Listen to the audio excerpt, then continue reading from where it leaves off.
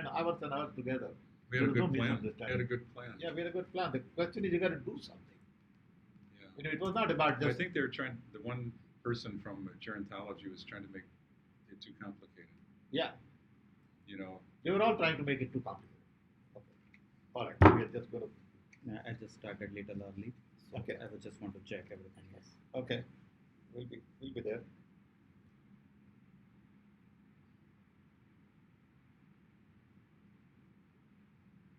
Make sure you're in the frame properly. Don't move too far out. If you do, I'll just grab you. Yeah. Don't worry about it. Fine. Fine. You're the director. No. This guy's too young for having started at IIT in '64. This is how it looks. Good. Looks good.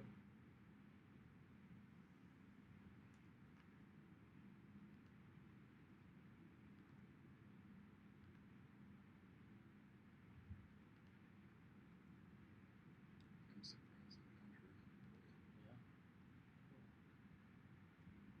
He wasn't. I was taking him down to the passport office, and he couldn't get his appointment. Oh. So I said, "Well, we can see Sam now." Good, good. No, I saw the message. Yeah, I know. I got your response. I should turn my ringer off. Doesn't matter. It's okay. Kind of informal. Yeah. I'm fine. Turn it off. Better. But Vibrate.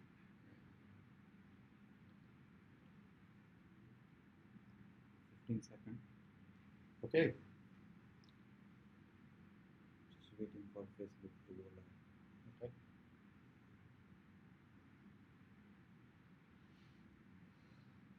Can you take a picture during it? Sure. Just do whatever you want to do. No problem. Relax.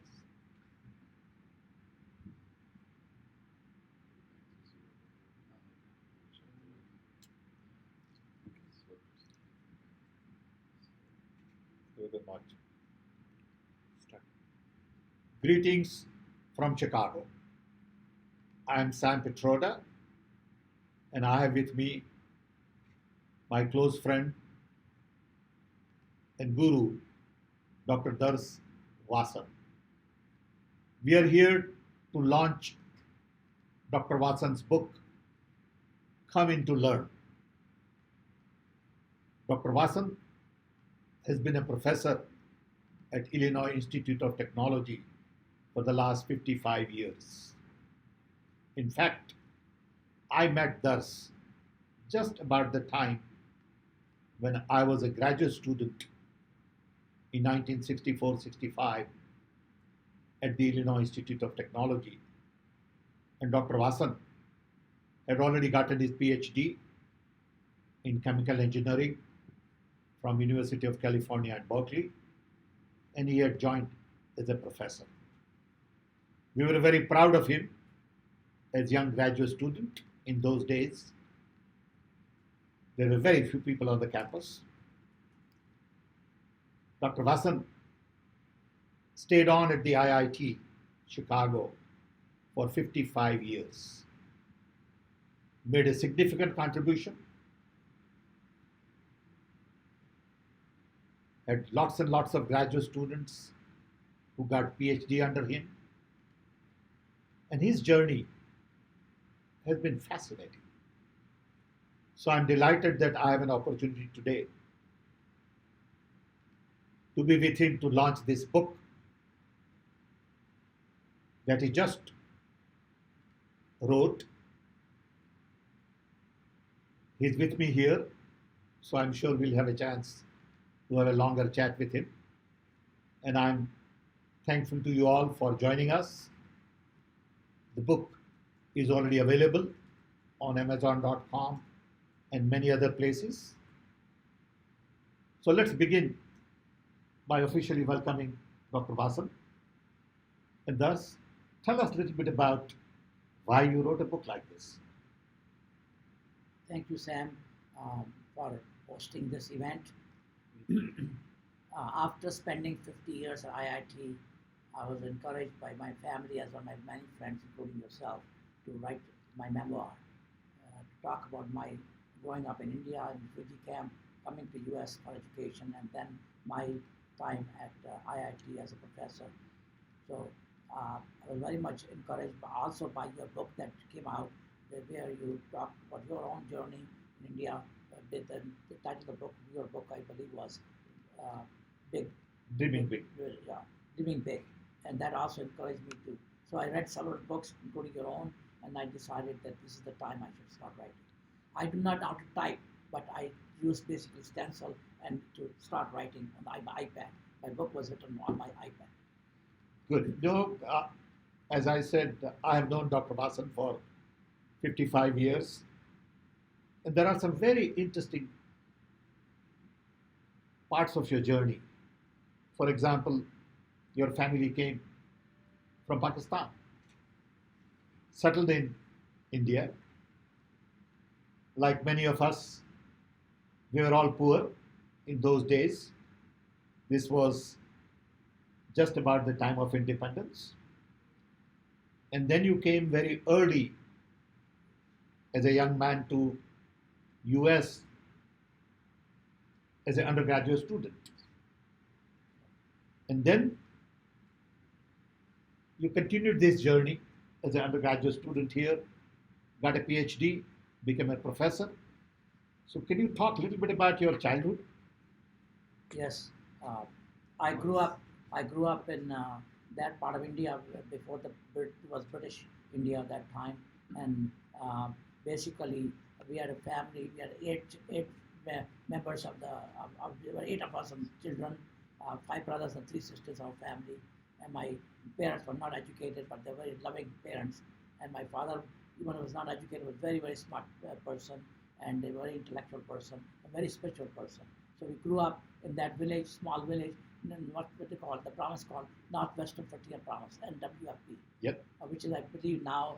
I have been there. I Yeah, visited okay, so that's where we near Takshashila. That's right. So we so after the time of the partition, 1947, we became refugees, displaced persons, and we came to Bombay. And this is where I grew up in the refugee camp and went to a school which was run by Sikhs, called the Guru Nanak High School, and the school itself had a motto: "Come in to learn and go out to serve." And that's the title of my book. Great. That's basically what it's all about. You know, we all had an interesting journey in those days. We were all poor, like I said earlier. But our story is story of India. Right. In many ways, education empowered us. Education redefined us. And what you have done is absolutely remarkable. I remember some stories that you used to tell us when we were students about your going to University of Illinois and professor asked you to write an essay on dating. And coming from India, you didn't know what dating meant. So you spent all your time in the library and collected all the important dates. And your professor said, read your essay on dating, and you said, 1857, Abraham Lincoln did this, and this fellow did this, and she said, wait a minute, this is not what dating means. I remember that. That's correct. I also remember another incident you told us, that in India we say in mathematics, numerator and denominator. In America we say upstairs and downstairs. So in a class in complex variable, you're doing something upstairs, and professor said we'll do same thing downstairs. You just took your books and you went downstairs. I was very embarrassed. Yeah, but those are interesting human stories as to how we all, from different culture, different background, adjust, assimilate, and flourish. Some of your work related to chemical engineering is equally impressive. Maybe you want to talk a little bit about your work in bubbles. I mean, you have spent your lifetime on bubbles. I don't think people understand how you could spend your lifetime in bubbles. Why don't you tell a little bit about that? Yeah. First of all, I was a very naive student when I came to US. I was a 19-year-old, but very naive student, and that's what the two incidents Sam talked about, are true incidents that I went through the training here to see the different cultures. And when I started my research at IIT with the students, I decided I want to do things which are consumer related. And one of the projects that came from Kraft Foods to me was Cool Whip. And Cool Whip, I've tell you, is a lot of air. Basically, it's a lot of air, all bubbles. And how the microstructure of the Cool Whip is built so that it looks good on the cakes and so on when you put it on. So question was, how do you maintain that microstructure, which are all bubbles? It has sugars, it has proteins, and it has, so the way you make that, so I got very interested because they said, can you make this, can you understand the science behind, they used to make a product for Cool Whip. They asked me, what the science behind, how can we make this microstructure, stable structure? So when they put a sample on the truck and send it to this Denver, Colorado, with a pressure drop, then the microstructure is still maintained. Okay, so it took us about 10 years to understand the science. So I put a lot of graduate students who had a lot of fun developing the science. People don't realize that it takes 10 years to 10 understand years, bubbles. Understand bubbles. Exactly right. You know? Same. So we got very interested in that. It's a very complicated process. Basically, what you do is you make an emulsion of oil and water, and then you cool that emulsion and then start pumping air. And you can pump up to 600% air. So that's what Cool Whip is. It's very, very. Basically, it's a very. It's a good profitable business. Most 600% air. Air. What you're eating is clear. But how do you maintain those bubbles so the structure looks good? That was our whole thing. A lot of PhDs and master students worked on it. And we gave that technology to, when we developed the science, we gave that to Kraft. Kraft then developed the technology in the pilot plant, and then they patented a lot of stuff. So that is one of the very interesting projects we worked on bubbles. How many PhD students you had in your lifetime? 65 PhDs and 60 masters. So I provided about 125 graduate students Wow. for the last 55 years. That's great. I still have a graduate student out that I'm guiding right now. You still go to office Yes, every day? Every day. I go to office 5 days a week. Wow. Yeah, still go. And It's you a lot are of very fun. well recognized member of the American Academy of Engineering. Yeah. Engineering.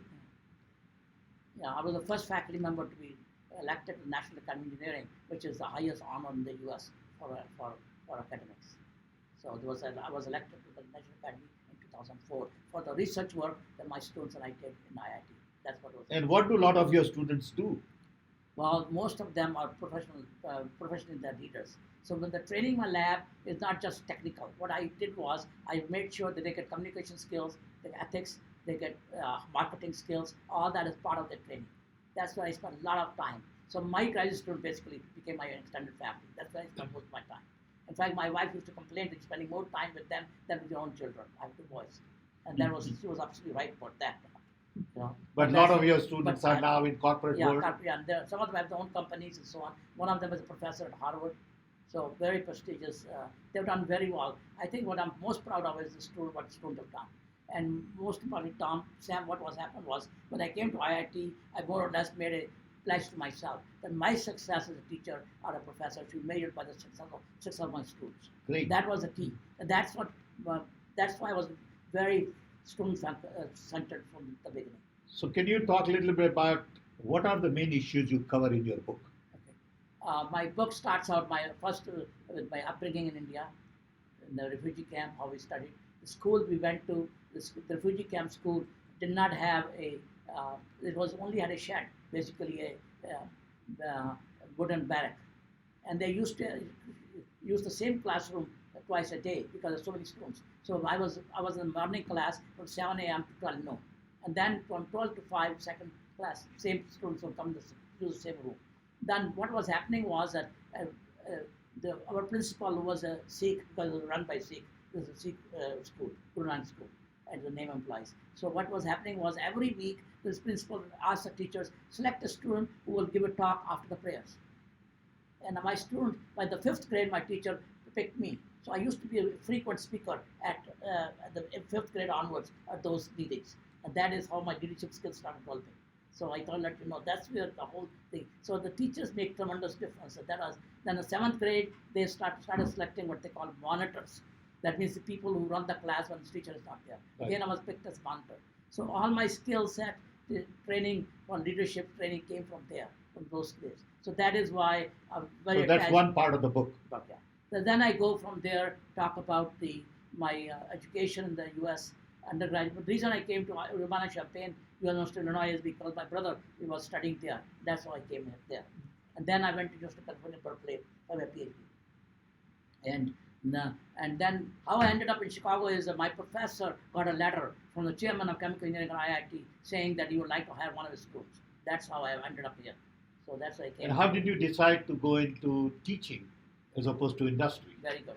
When I was a graduate student at Berkeley, I used to be a teaching assistant, helping professors, and I enjoyed that very much. In fact, I did such a good job that the professor said, "You run the class, you don't have to check with us." So I was becoming basically getting training there, and that the students really liked my lectures very much. When so they said was better prepared. So I was spent a lot of time preparing the lectures for the student when the professor is not there. So that, and then so when I was ready to graduate from Berkeley, I interviewed 3 companies, including Exxon. It used to be called ESSO those days in '64, and I got 3 job offers and 50% higher salary than the salary from IIT.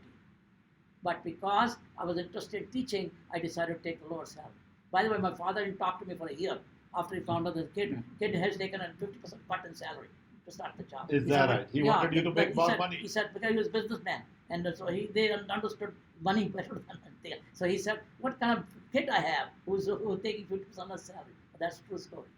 That's all. But you have to choose what you really love. And I've been very fortunate. I'm a very good student over the years, and I really enjoyed very much working at IIT. Working with students. That is my big love, my students. So in the book you talk about your. And then I talk about my research. Yeah. And in the research area, I picked 4 or 5 examples. I give you one example of cool wave. Another example where bubbles are there is problem in radioactive waste. Yeah, that's something interesting because I remember you telling me about nuclear. So nuclear waste, when they make nuclear waste, they develop. This is Swan River National Lab, DOE lab in South Carolina. They called me in 1994. They said, "Can you come down? We have a problem." What's the problem? When they make nuclear waste, they essentially try to enrich it, concentrate it by boiling water off. When the boiling water off, a lot of foams, bubbles came.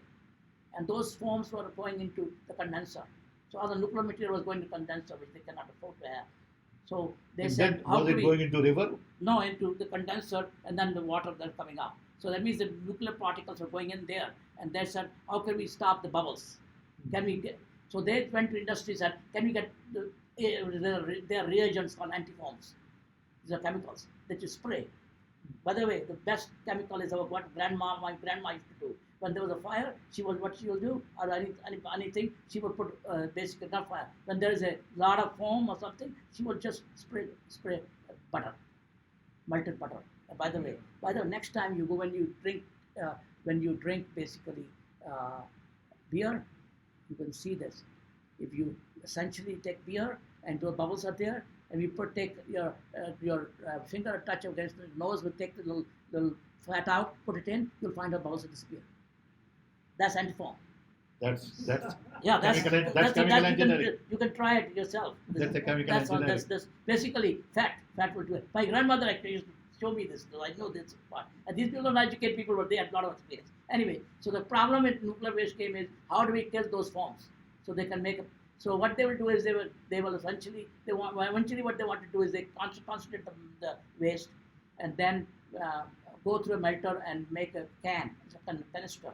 So they can put nuclear waste in the solid form rather than water, in the liquid form. And they will ship those canister to Nevada mountains. You've heard of those stories. So that was the process. So in doing that, they have a big problem is how do we stop the foams. So what they did, they went to industry and they said, let's get commercial antifoams. But nothing worked because you have a high temperature you're boiling. So they came to me and they said, can you understand what's going on here? So I found out that this is not a foam that when you make foam bubbles, by the way, you put soapy on, like when you take a bath, the soap, that's a foam. But this foam that nuclear waste was not soapy core. There was no soap in it when you look at the chemistry. So I came back and I said, we have to do research on it. So I wrote a proposal to the Department of Energy, DOE. They gave me $500,000, put a graduate student on it. How much? $500,000 I got to put immediately 3 PhD students I put on it, and we started developing the understanding. How long that took? That took about 3 years. Wow. Meanwhile, I had a colleague of mine who was full researcher. I put him on the side. I said, look, these graduate students will take 3 years. It will take too long. Can we develop a process? Can we do something speedy? So he and I started working on the side. And we developed an antifoam. We call it IIT 747. It's being used right now. We develop antifoam, that kind of material that when they put it in the nuclear waste, it essentially kills all the bubbles. Did you get a lot of patents? No, unfortunately, that's one of the problems with academics. They don't like to have more fame for their work and recognition rather than patents. Okay, But so you could have gotten patents. we could have done that, but there's this right now for the last 15 years that material that we use is being used for making the nuclear waste more safe. That's exactly what that is being used. And this right now, if you go to website of DOE, you'll find our IIT 747. That's the title of our antifoam. The other main area where you made a contribution at IIT was related to food science. Yes. Can you tell us Yeah, a little this bit is about? And I believe that's in the book also. Yeah, there's a chapter on this. 1988, when I was Department Chair of Chemical Engineering, I got a call from the FDA director of Food Center there, asking me that they would like to have a more working relationship with industry and academia, because their scientists should be trained so that they can work with real problems. Okay, food science. So what I did was I found a company which this is in southwest side of Chicago near Midway Airport. This is Corn Products International Company, CPC. Right. They had a plant, they had a research center there, and the center is called Moffett Technical Center. So that center had a lot of research going on in food. So they had closed down the research center because the company was going through some problems. So they closed it down and they were trying to sell the property in 5 buildings. So I told the FDA person, why don't you call them? Maybe they can rent some space for you and we can do something there together. And the FDA director called them and he was told that they cannot rent the space. They are going to sell the thing. Meanwhile, I knew the president of the company. He was our graduate, George Off. So I went to him. I said, Donate it. Yeah. So I went to him and I said, I have an idea. Would your CEO consider giving a donation of this property to IIT? Right. And then we can develop a food center with FDA funding. And they liked the idea very much because they said, the food industry would have a chance to work with FDA in a neutral setting like IIT. I said, yes. So that is how we got the property. And after I got the property, I wrote a proposal to FDA to get the center. So 1989, we started the center. And that's described in the book. And that center basically has 50 FDA scientists, 50 IIT scientists and professors, and 100 graduate students working together. It's in Bedford Park. That's a great contribution, Darsh. And now that center has become institute. It's called Institute of Food Safety and Health. Right. So it's very well recognized. In fact, FDA gave me a major award for creating the center because it was my dream basically. So my vision to do this. But it was very interesting because we were able to work with industry was able to work with the FDA in a neutral setting like academic. It's now been done in the world anywhere. The regulators and regulators don't work together. But this model is so unique because regulators can work with regulators in an academic setting. The other area, Darsh, we should talk a little bit about is international students, because you and I work together in getting more international students at IIT and setting up alumni associations and all that. Is that in the book? Yes. There's a chapter on international and how IIT became global university, how we did that. And Sam had a lot of role in it. Basically, what has happened is that when I was provost of IIT from 91, 96, the opportunity came from India where Motorola has their setup in Bangalore.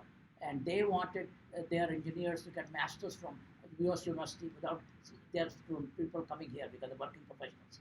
So Sam and I then sat down and worked out a scheme where we could give online program. So we started giving online program in India in 1997. Yeah, that nobody had heard of then. Yeah. You know, At that time, nobody was thinking of a global. So then from that, then I started connecting with my alumni in India, in China, in other places. Thailand, I remember Thailand, Hong Kong. So I established Korea. I established IIT offices in Beijing. I have an office in Beijing, Right. office in four Paris, offices Paris. In Paris. I have an office in Europe, then office in Seoul, Korea, and then office in Bangalore. So these offices essentially, our staff there recruit students to come to IIT. So IIT's enrollment, international enrollment, grew exponentially. Isn't IIT one of the best known institute for international students in US in terms of percentage of students? Yes, amongst the technical universities called this is an association in private technological institutes. There are about 17, 18 of them. We are number one in terms of Foreign students. percent of international students. Indians and Chinese. Chinese, but most of course those are the more biggest one. But we have a lot of graduate students who come there and get their degrees here with us. From Middle East Yeah. as well, Latin America. We have students from 100 countries. Wow. You will see if you go to our building, urban hall, and on the campus, you will see those flags. For each country, there's a flag hanging there on the ceiling. You can see it. We have over 100 countries flags. So who you think should be reading this book, Darsh? I think the main thing that as a leader, academic leader, I was trying to convey in this one was that what you can do with less resources, but if you are a little bit on entrepreneur. So you can do a lot more with less is more, basically. So the professors should read it. Yeah, and Students should read it. What about the role of family? I know Usha well. I think Since you got family married, I've known basically, Usha. the family basically, family should read it because for my grandchildren, it would be very good to see what granddaughter did. Yep. How he succeeded in a very difficult environment. Yeah. You know, so That's I think the important part is that you can still accomplish a lot if you really are dedicated to what you do.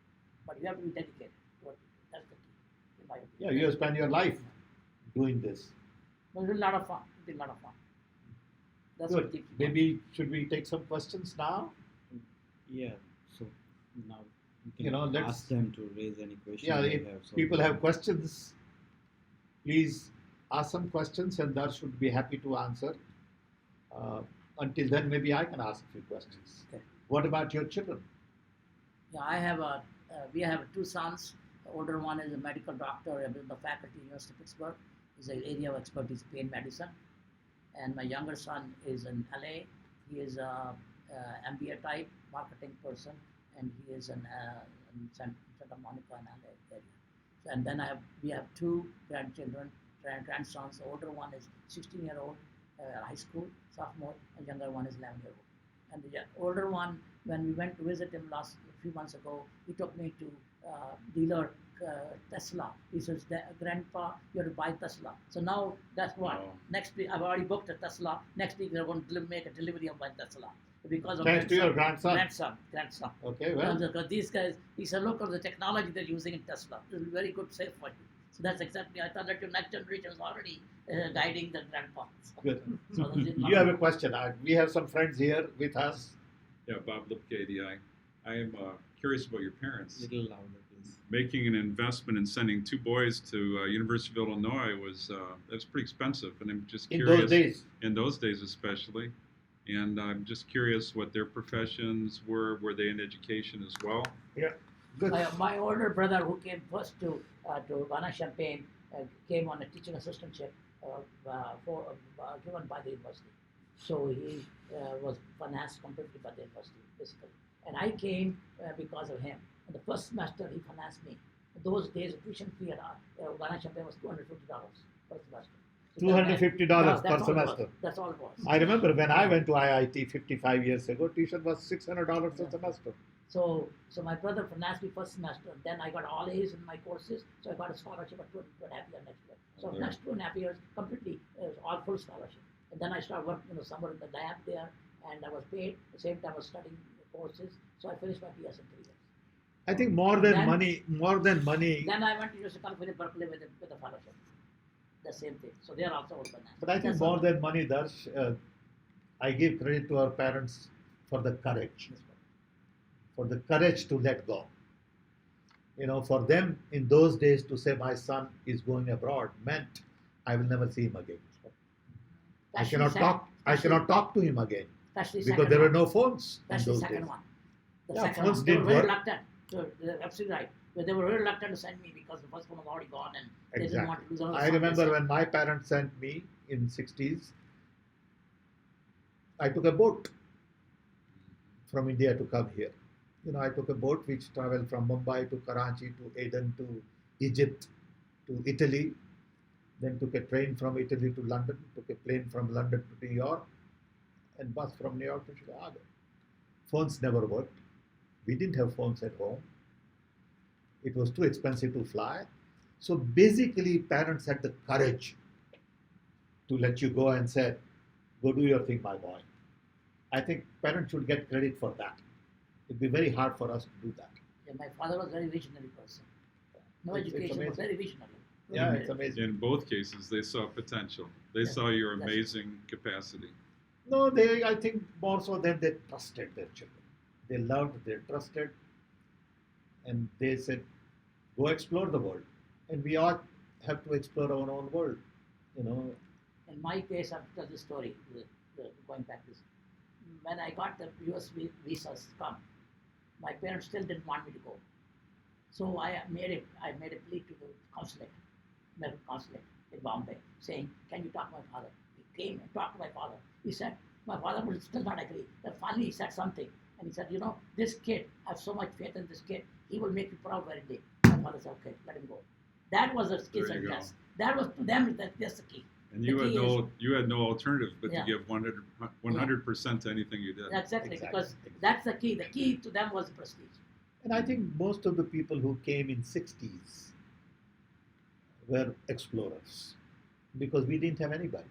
I mean, he had his brother. $4. I had nobody. $4. I had a friend. That's That's all it. maximum they allowed. The government allowed Can you $4. imagine landing in this unknown country with $4 or $40 in your pocket? And people don't realize we had no idea what hamburger meant.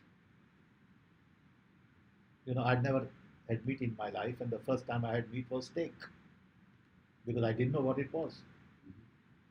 So I think we all had very interesting journey. It was more of an adventure, and that's what America is all about. Beauty of America is diversity, is freedom, is democracy, is sort of I think the merit-based system here really pays off. All my promotions at IIT were based on merit, and that to me is the key. The merit-based system here works. It really works. And the peers. so. Okay, let's see. There are some comments. There is. Oh, Hamid is asking. Yeah, Darsh, he's one of my colleagues. yes, I know him well. Hi, Hamid. How are you? Good to hear from you. Darsh is an outstanding educator and researcher. He added value he provides to his students is amongst the best. Thank you, Hamid. Always good to hear from you. The Peter next- Kilpatrick says, he's congratulations, the Darsh, provost. Provost. Right. Yeah, I do. on your book launch Thank you. and on the 50 plus years of service. One of my former PhD students, Neil Manor. Venu Menon says, Darsh, we are so happy to see you finally publish your memoir. Congratulations and best wishes from Venu Menon. Manoj Sinde, whom I know, Sam Pitroda should do a weekly webinar just on the work he has done in the past for the younger generation. Thank you, Manoj. Really appreciate. I'm getting too old, Manoj. Sharon is my former assistant in the office. Sharon, congratulations, Darsh. What wonderful memories I have on many of your accomplishments while at IIT. Thank you for sharing your life and your work. She's now none. Great. Oh, yeah? She's now none. Oh, wow. Yeah. Wow. Tracy is my present assistant. Hi, Tracy. How are you? Congratulations, Tracy says. All the best to you and the highly anticipated launch. I'm sure we have friends from all over the world. If they don't get to join now, they'll be watching later on social media. I wish more people in India would know about Darsh. Darsh is one of those professors who has been quiet, working in the background for a long time. And I wish chemical engineering community in India would know about his work. I've been fascinated with his stories, Darsh, and I've been lucky to have been a friend of yours for a long time. And I hope many more people look at the book, learn from your journey, and dream the way you and I were lucky to dream. Unfortunately, in modern social media world, people like sound bites. They have short memories. They don't realize it takes long, long time to get something done. Everybody wants instant gratification. So how come there are no results in 6 months, 1 year? They don't realize it takes a decade to get some results. And I think these are some of the important lessons that life is tough out there. It is competitive. It is competitive in the education world. It is competitive in the research world. It is equally competitive in the industry. And you've got to put in long, hard work to get something done. And 55 years is long enough time to reflect on. I think I was very lucky that I found in my niche. There was not many people that really, find their niche which they enjoy. So I was very lucky that way. That it was just the right academic career just suited my niche. So just Yeah, worked but out. sometimes you just bump into things. Yeah. Life is Oh, yeah, full of that's accidents. right. You know, You are, a lot of planning doesn't necessarily help. It's a great business exercise, but events take you where you are. And you have to just respond to those events and adjust. constant change. You have to be ready for constant change. Yep. How many pages is your book? About 200 pages, but a lot of photographs of my former students and colleagues. I put in. People who have worked with me. Good. Are we planning to do a audio version of the book? Yes, eventually. The next thing is to have printed version and then audio version. I hope. Printed version is coming out, right? Yeah. It's Next already week. huh? Next week. Next week will be printed version. Digital version is already out on multiple media, not just Amazon.com, but other sources as well. Barnes and Noble. Barnes and Noble, Kobo, okay, Kobo, and others. Google, and iTunes. Google and iTunes. Thank you. And I'm sure your students, because I remember once I went to Korea, and we have a lot of IIT students in Korea. One of the very famous That's right. billionaire, Yeah, SRCO. SR Cho. I had a very good time with SR Cho, and he introduced me to the chairman of Samsung. I had breakfast with chairman of Samsung when I was in Korea. So we have some great alumni We have a lot all of over the world. Yeah, illustrious alumni all over the world. Yeah. I went to Thailand, met some That's what IIT alumni, naturally in India, in Europe. So I think people will read this book. People will remember contribution IIT has made. And though IIT is not a very flashy university, when people talk about engineering schools in America, they talk about MIT, Caltech, they talk about Stanford. But IIT had a role to play. Yeah, I think what is unique about IIT is we educate students to essentially work the way so that when they go to work they can be useful to a company or some organization right away. So they don't Absolutely. need training. That's the key part, I think. It's very Absolutely. unique about IIT. I mean, So the it's amount hands-on. of people IIT has provided to Motorola, Yeah. I remember in young The days. guy who invented the cell phone Motorola is our graduate, Marty Cooper. Yes, Marty is a good friend. Yeah, Yep, he was the father of mobile phone. that's right. IIT also invented magnetic tapes. Yes, yeah, this is IIT RI. Remember? So there are some interesting alumni from IIT. And what's your plan now? Are you going to be well, I working? mean, I still I'm guiding some students still, and still doing research, writing papers, and all that, and still involved in international programs. So still, because now the challenge is with what's going on in Washington, it's a big challenge to get good students from abroad. The visas are not being given, so they're limiting the immigration part. So as a result, first the students, okay, for example, India now. 3 years ago, we had about 70,000 some visas given to Indian schools. Last year was 45,000. Is that right? That's a big drop. Very serious drop. 75 to 25. Yeah, it's Oh very my serious, goodness. very serious I drop. didn't realize that. Very serious drop. Same with China? See, China's story is different because there the government is essentially making sure that the dollars don't go out. Ah. And they also have improved their universities in such a way that if you are a graduate of their university, you get a higher pay than if you're coming from US. Uh-huh. At one time, US degree was a premium, not anymore in China. Completely changed because they can control their economy, they can control the way so that's why not many students in China are But coming I in. think this country is built on the best talent from the world. That's right. Look You at know? Silicon Valley. Look at the number of immigrants who have built Silicon Valley. Absolutely. And that's I think right now the industry is not feeling the pinch for the lack of talent, but a few years from now they'll feel the pinch. Yeah, because- these things take yeah, time. Again, yeah. it doesn't happen So instantly. all these guys who are not coming, they're not graduating, so the industry will not have the trained manpower. Take, for Right. example, doctors. I know that there are over close to 50,000 doctors of Indian origin in America. You go to any hospital, you will find Indian doctors. They studied there, they come here and they start practicing. And that's a contribution, Indian education makes to the US economy. You see how much money the US has saved by not having these students get the undergraduate degree here. I mean, take example of a doctor. Average doctor will cost you $500,000 to get it, complete training. And when you get a doctor in, it's a gift of $500,000 to the country. People don't realize that, See? So good. Anything else Thank you. you want to cover, Darsh? I just want to thank you personally for taking the time and Rakesh for helping us out to get. I think you need to thank Rakesh more than me, Yeah.